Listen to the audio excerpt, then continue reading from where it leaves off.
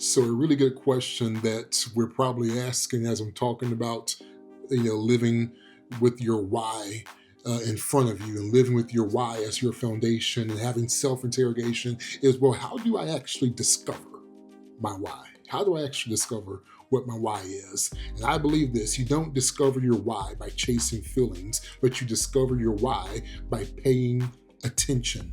Pay attention to what it is that burdens you. Pay attention to what it is that breaks your heart in a godly way. Pay attention to what it is that frustrates or angers you in a godly way as well. And pay attention to the things that you simply cannot ignore and that you want to do something about. Then look at what God keeps placing in your hands. Like, what are the gifts that He's blessed you with? What's the platform and the influence and the opportunities that God has blessed you with?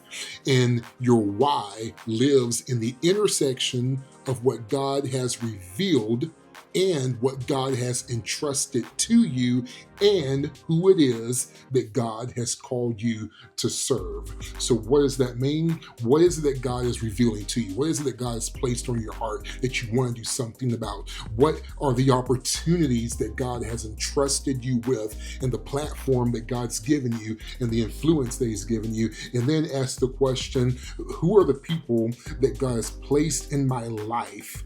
And that's how we get on this track of discovering what our why is. And I think that's just the beginning of the journey. And here's the key: your why is not about you. It's about your surrender and your obedience to God. It's about your serving to the people that God has placed in your life, that God has placed on your heart. Clarity doesn't come from asking, what do I want to do? Clarity comes from asking God, what is it that you're already doing in and through me and around me, and how can I be a part of that? Proverbs chapter 3, verses 5 through 6 says it like this: trust in the Lord with all your heart and do not lean on your own understanding. And it goes on to say, in all of your ways, acknowledge Him, honor Him, submit to Him, and God will make your paths straight. That's the journey to discovering your why.